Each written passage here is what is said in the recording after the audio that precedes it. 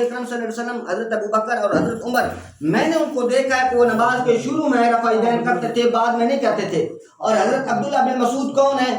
جو حضور پاک صلی اللہ علیہ وسلم کی پہلی صف میں کھڑے ہوتے تھے، سفر حجر میں حضور پاک کے جوتے مبارک اٹھاتے تھے اور حضور پاک صلی اللہ علیہ وآلہ وسلم کی جناب اتباع کرتے تھے. اور حضور پاک کی حدیث ہے کہ جو زیادہ ذہن والے ہیں اور وہ کیا کریں میری پہلی صف میں کھڑے ہوں. تو حضرت عبداللہ بن مسعود یہ فقیہ بھی ہیں، عالم بھی ہیں اور پہلی صف میں رہنے والے بھی ہیں، اور یہ فرما رہے ہیں کہ حضرت ابوبکر کو بھی اور حضرت عمر کو بھی اور حضور پاک کو میں نے دیکھا کہ رفع یدین نہیں کرتے تھے. آپ بتائیں، آپ تو حدیثوں میں تعارض پیدا کر رہے ہیں. یعنی ہم حدیثوں میں تعارض نہیں کرتے، حدیث یہ بھی ہے رفع یدین کرنے کی اور وہ بھی نہ کرنے کی بھی ہیں، تو ہم ان پہ بھی ایمان رکھتے ہیں کہ یہ بھی حدیثیں ہیں. اب اس کی میں مثال دوں کہ قرآن پاک میں ہے قد نری تقلب وجهك في السماء فلنولینک قبلۃ ترضیها فولی وجهك شطر المسجد الحرام، کہ 17 ماہ حضور پاک صلی اللہ علیہ وسلم بیت المقدس کی طرف منہ کر کے نماز پڑھتے رہے. کوئی انکار کر سکتا ہے؟ نہیں. جب یہودیوں نے تانے دیے کہ یہ ہمارے خداؤں کو تو نہیں مانتا لیکن ہمارے جو خداؤں کے باپ داؤں کا جو کعبہ ہے اس کو تو یہ مانتا ہے، اس کی طرف منہ کرتا ہے، اس کا طواف کرتا ہے، اس کی طرف نماز پڑھتا ہے. حضور کے ذہن میں جب خیال ہوا تو قرآن پاک کا دوسرا پارہ ہے قد نری تقلب، فوراً اللہ پاک نے قرآن نازل کیا.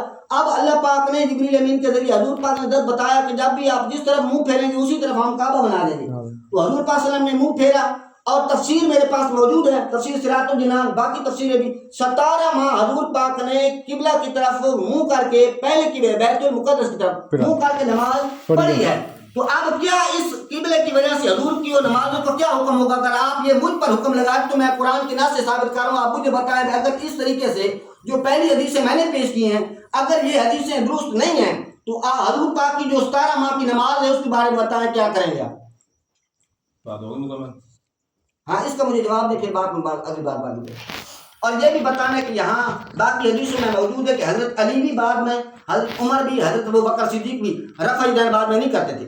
اور امام اوزائی اور امام اعظم ابو حنیفہ کا مکہ پاک میں مناظرہ ہوا ہے اور امام اوزائی خاموش ہو گئے، انہوں نے جواب نہیں دیا امام اعظم ابو حنیفہ کو. اس کا بھی جواب دیں. بسم اللہ الرحمن الرحیم. میں پھر گل اتھی گیا استاد جی تسی پھر اور مسئلے ہیں؟ نہیں میں اور مسئلے میں آپ کو بتاؤں کیونکہ میں نے آپ کو بتایا کہ ہمارے مسلک میں ہمارے مذہب میں ہم تمام حدیثوں کو میری بات سنیں ہم تمام حدیث، ہم کسی حدیث کے منکر نہیں. آپ ان حدیثوں کا انکار کر رہے ہیں جو ہم پیش کر رہے ہیں. ان کا انکار ہے. ہم دونوں پہ اتفاق کرتے ہیں. ہم کہتے ہیں وہ حدیثیں تھیں، انہوں نے ساتھ میں رفع یدین کیا لیکن بعد میں حضور پاک نے منع کر دیا. آپ یہ جو بچے رفع الیدین کرتے ہیں ادھر، ان کا رفع الیدین آپ کے نزدیک کوئی کفر ایمان کا مسئلہ تو نہیں ہے؟ میں اس کو بتاتا ہوں. اس کا مسئلہ یہ ہے کہ کفر ایمان کا ان کے لیے تھا جو اجتہادی ہے. ہن میری گل نہیں تسی ہاں یا نہ بس جواب دینا. کفر ایمان کا مسئلہ ہے استاد جی رفع الیدین کرنا مقصد یہ ہے کہ گناہ واضح چھڑ دیں. اگر نماز قبول ہوندی ہے خشوع و خضوع کے خلاف ہے، حضور کی سنت کے خلاف ہے. نماز کوئی نہیں یعنی کہ حضور کی سنت کے خلاف نماز خشوع. جی ہن میری گل سن، تسی پہلے خود گیا اے اپنا دوجا موقع استاد بیان کر رہے ہیں یہی اسی نوٹ کر رہے ہیں. استاد نے پہلے یہ کہا بے کفر ایمان دا مسئلہ نہیں ہے، کوئی نہیں. ہن استاد کی کہہ رہے ہیں مطلب حضور کی حدیث کا انکار کرنا کفر ایمان دا مسئلہ ہے نا؟ نہیں حدیث تو تسی انکار کر رہے ہیں، حدیث تو تسی انکار کر رہے ہیں. وہ مان رہے ہیں، وہ یہ بھی کہہ رہے ہیں بھی کرتے سن. او بھائی تسی لیٹ آئے ہو جے پہلے بیٹھے نالے کول سن میرے بھائی تسی لیٹ آئے پہلے جڑے بھائی پہلے بیٹھے سی نا استاد نے اس ٹائم کیا کفر ایمان دے مسئلہ نہیں ہے یعنی کہ ہن استاد نے کیا استاد ہن میری گل بات تسی شروع کر میں ایسے بات گن گیا سی بندہ تسی درمیان بٹھا لو بعد اندر تسی مناظرے دی شکل اختیار کر جانی.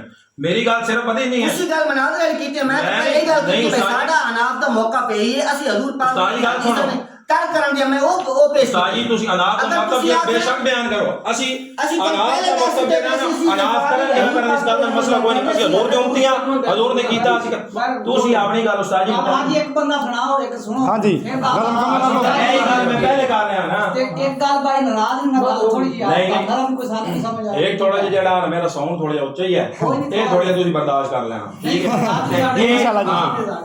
اس واسطے میں معذرت بھی کرنا ساؤنڈ میرا اونچی اونچا ہے. اچھا دوسری گل یہ غصے کی وجہ تو نہیں اچا ہو جاتا، یہ میرا ویسے ہی اچا جمعے تے آؤ کسی دیڑے تو وہ بھی انج ہی ہوئے گا. اچھا دوسری گل یہ کہ استاد محترم نال میں پہلے بھی یہ گل کی تھی تسی اپنی گل مکمل کرو گے تو میں شروع کراں. ہن استاد محترم کو پھر میں پوچھیا ساڈے واسطے قابل عزت قابل احترام ہے ٹھیک ہے. ਉਸਤਾਦ ਮੋਹਤਰਮ ਕੋਲ ਪੁੱਛਿਆ ਮੈਂ ਗੱਲ ਸ਼ੁਰੂ ਕਰਾਂ ਇਹਨਾਂ ਫਿਰ ਸ਼ੁਰੂ ਕੀਤੀ ਮਸਲੇ ਵਿੱਚ ਗੱਲ ਜਿਸ ਨਾਲ ਮੁਕੰਮਲ ਕਰ ਲਓ ਫਿਰ ਗੱਲ ਦੇ ਅੰਦਰ ਨਾ ਬੋਲੋ ਜੇ ਮੈਂ